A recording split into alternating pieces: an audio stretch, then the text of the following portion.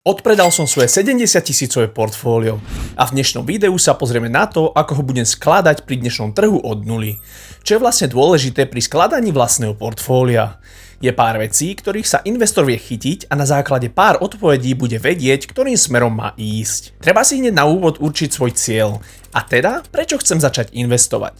Dôležitá vec je aj rizikový profil, teda spoznať sa, ako reagujem pri prepadoch a či dokážem zniesť vyššie riziko za cenu vyššieho zhodnotenia. No a na základe informácií, ktoré si investor pozbiera, si musí prispôsobiť portfólio a vybrať si správne inštrumenty, ktoré mu pomôžu prejsť celú cestu až do vysnívaného cieľa. A vzhľadom na to, že dnes na stoličke sedím ja, tak vám ukážem, ako by som skladal optimálne portfólio pre mňa. Teda to, ako dnes uvidíte percentá, neznamená nič, keďže to je optimalizované pre mňa a moje ciele, nie tie vaše. No chcem vám ukázať na sebe a svojom príklade, ako môže investor premýšľať a ako prísť k nejakým záverom. Začneme teda tým, že si určíme svoj cieľ, čo mu všetko následne prispôsobíme. Keďže dnes na tejto stoličke sedím ja, tak sa to bude točiť okolo mňa. No vy si môžete video pozastaviť a vždy nad každou otázkou premýšľať spoločne so mnou. Takže poďme si určiť náš cieľ. Každý má určite svoj sen, pre ktorý každý deň žije. Či už je to sloboda, nový dom, nové auto alebo cestovanie. Každý z týchto cieľov je zmysluplný a zároveň každý potrebuje iný prísun kapitálu. Osobne si z tohto celého vyberám slobodu, ktorá je zároveň najvyšším cieľom a najnáročnejším na splnenie. No a ďalšia dôležitá vec je si určiť, dokedy tento cieľ chcem dosiahnuť. Povedzme, že pre mňa je to 10 rokov. Na základe týchto faktorov si vie investor vypočítať, aké musí mať priemerné ročné zhodnotenie, alebo koľko peňazí musí mesačne investovať. Každopádne toto by bola téma na jedno celé ďalšie video. No nám v tomto videu ide primárne o to, ako by som skladal svoje portfólio. A teda sa na to poďme pozrieť. Som neskúsený investor a začínam od nuly. Chcem si poskladať svoje portfólio. Čo urobím? No vyberiem sa cestou najlepšej a najjednoduchšej investície. Zvolím si ako základ portfólia práve ETF fondy. Určite si veľa z vás teraz povie, keď chceš slobodu, prečo by si kupoval ETF-ka? No na rovinu, myslíš si, že jeden z nás, teda ja, alebo niekto z vás je druhý Buffett? Osobne si to o sebe nemyslím a už na začiatku svojej cesty som akceptoval realitu toho, že prekonať indexy v dlhodobom horizonte je veľmi náročné. Urobiť to 2-3 roky po sebe je skôr šťastie a nie nejaký skill. Ak sa to niekomu podarí 20 alebo 30 rokov v kuse, tak potom môže povedať, že to nebola náhoda, ale vedel, že čo robí. Práve z tohto dôvodu by som si ETF-ka vybral ako základ dlhodobého portfólia. Pre niekoho môžu byť ETF-ka nuda, no v skutočnosti sú základom úspešného dlhodobého portfólia. Iba taký príklad z mojej osobnej cesty. Prečo by som mal ísť proti trhu, keď môžem ísť s ním? Prečo vynechať index z portfólia, keď mi môže priniesť dobrý základ aj na prekonanie výkonnosti samotného indexu? No a tejto zložke portfólia by som dala 40% zastúpenie. Teraz sa pozrieme, ako konkrétne by som týchto 40% rozložil. Osobne by som si vybral 5 ETF fondov. Prvé ETF by bolo na index S&P 500 pod ticker symbolom SXR8. Toto americké ETF by som si vybral najmä kvôli tomu, že obsahuje 500 najväčších a najhodnotnejších firiem v Amerike a veľa z týchto firiem sú dokonca aj najlepšie na svete.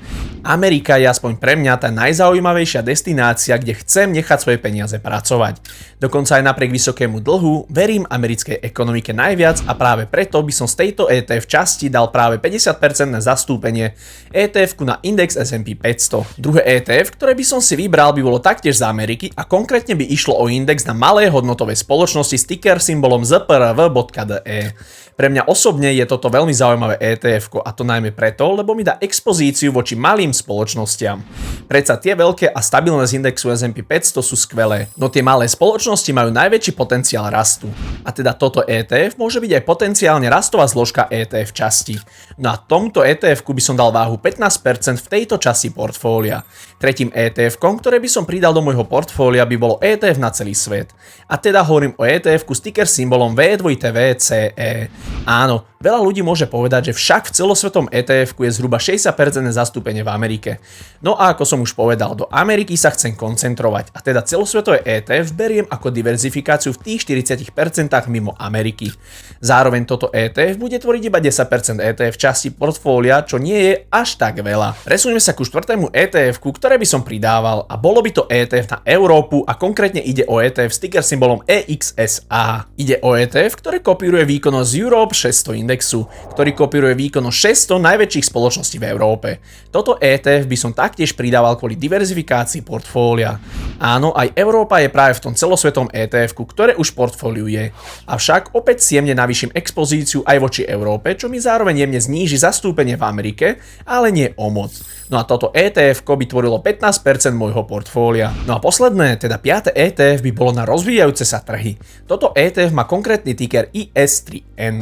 Tým, že sú to rozvíjajúce sa trhy, tak sem zapadajú menej vyspelé krajiny ako je Čína, Tajván, Kórea, Mexiko a mnoho ďalších. Toto ETF by malo taktiež doplňať moju svetovú diverzifikáciu a priniesť mi bezpečnejšiu expozíciu voči celkom rizikovým ekonomikám. Zároveň sa tieto krajiny rozvíjajú, čo znamená, že ekonomicky môžu rásť rýchlejšie ako Amerika. A teda aj samotné zhodnotenie môže byť oveľa lepšie. No a tomuto ETF-ku by som osobne dal váhu 10% v mojom ETF portfóliu. A toto by teda bola ETF zložka portfólia, ktorá tvorí 40% celku.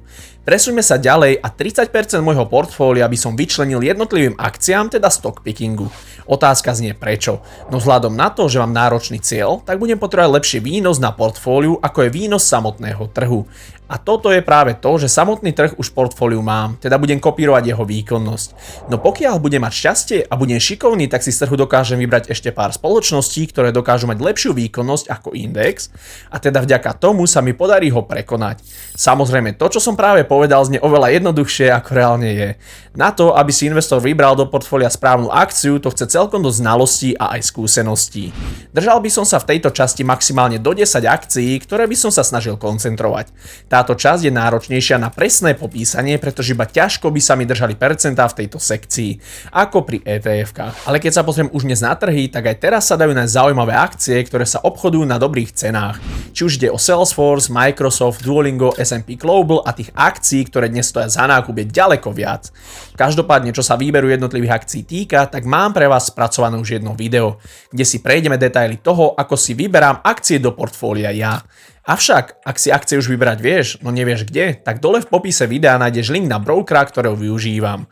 No a je ním XTB, kde mám svoje 70 000-ové portfólio. Takže XTBčku dlhodobo verím a myslím, že aj tvoje peniaze si zaslúžia bezpečné miesto, kde ich môžeš zhodnocovať.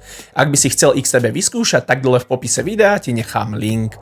Ďalší link je na investičnú platformu Bulios. Nájdeš tam Fair Price Index pri každej spoločnosti. Je tam komunita investorov, teda môžeš čítať rôzne názory, no zároveň dostať aj nejaké pod tvoj príspevok o konkrétnej spoločnosti. Navyše sa snažím byť na Buliose aktívny a sám tam prispievam komunitnými príspevkami. V popise videa ti nechám aj link na môj Bulios profil, ktorý si vieš zadarmo bez registrácie pozrieť a zároveň ma tam vieš aj sledovať. No a tretí link v popise je na môj investičný Discord server, ktorý je úplne zadarmo. Nájdeš tam fakt skvelú komunitu ľudí, ich nákupy a predaje a takisto aj tie moje. Denne tam je hádam 300 nových správ ohľadom trhu, teda si tam vždy nájdeš aj čosi pre seba. No a mimo toho všetkého je tam aj priamy kontakt so mnou, keďže na Discorde som stále a som pomerne aktívny. Takže sa môžeme vzájomne aj spoznať, teda sa niečo o mne dozviete vy a zároveň z čítania správ a konverzácií zistím niečo málo aj ja o vás. Takže ak chceš link, je dole v popise videa. Stratiť nemáš čo. Pri najhoršom Discord skúsiš a keď sa ti bude páčiť, tak sa odpojíš. A vzhľadom na to, že tam je už cez 600 investorov, tak ten Discord už nejakú hodnotu má. Teším sa, keď sa tam spoločne uvidíme. No a teraz sa presunieme ďalej ku stavbe portfólia. 70% portfólia už máme rozloženého a čaká nás posledných 30%. No a vzhľadom na to, že som mladý a mám 23 rokov, tak sa presuňme k alternatívnej investícii. Vzhľadom na to, že aktív je viac ako iba akcie, tak dáva zmysel vlastniť aj niečo iné. Osobne by som v tejto časti portfólia siahol po Bitcoine. Viem, že veľmi veľa ľudí má na Bitcoin svoj názor a neuznávajú ho ako investíciu. No v mojich očiach je veľká škoda sa pripraviť o pekné zhodnotenie iba kvôli predsudkom. Osobne vnímam Bitcoin ako možné platidlo budúcnosti, ktoré možno nahradí fiat menu. Samozrejme v rámci portfólia by som to riešil priamym nákupom a nie ETF-kami. No vzhľadom na to, že Bitcoin je pomerne volatilný, tak by som ho nakupoval pravidelne formou DCA, avšak vždy iba do výšky 10% portfólia. Pretože predsa Bitcoin je zaujímavá investícia, no je rizikovejšia a osobne by som do ňoho investoval iba peniaze, ktoré viem, že môžem stratiť. A práve preto mi dáva zmysel tam mať maximálne 10% portfólia. Ďalších 10% portfólia by som vyhradil čisto pre špekulácie. Keďže sú to spoločnosti, ktoré nemajú reálne zisky ani hodnotu, tak je to veľmi riziková investícia do príbehu.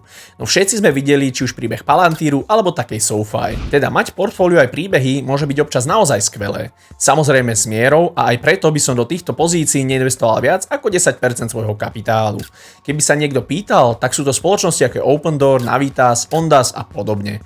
Čiže high risk reward akcie. No a posledných 10% portfólia je hotovosť. Jednoducho bez voľnej hotovosti sa nedá byť dlhodobo úspešným investorom. Každý hovorí o tom, že byť úplne zainvestovaný je super a je to lepšie. No pokiaľ investor vyberá jednotlivé akcie a akurát sa prepadne jedna, ktorú by chcel kúpiť, no nemá peniaze bokom, tak pripravuje sám seba o príležitosť dobrého nákupu. Napríklad ja osobne v mojom portfóliu držím občas aj okolo 20% hotovosti, ale je to môj štýl investovania a aj preto by som v novom portfóliu držal tých 10% v keši. Čiže takto by vyzeralo portfólio, keby ho skladám od nuly. 40% ETF ako jadro, 30% kvalitné akcie, ktoré budú rásť viac ako trh, 10% by som držal v alternatíve, teda v Bitcoine, ktorý má potenciál silného rastu, 10% by som držal v špekulatívnych príbehoch s potenciálom rastu o stovky percent, no a 10% by som držal v keši ako rezervu na prepady. Je niečo, čo by si na portfóliu zmenil? Aká je tvoja stratégia? Kľudne sa s nami všetkými podiel dole v komentároch. A ak by si nemal čo robiť, tak práve ti vybehlo video o 5 lacných akciách, tak si ho pozri.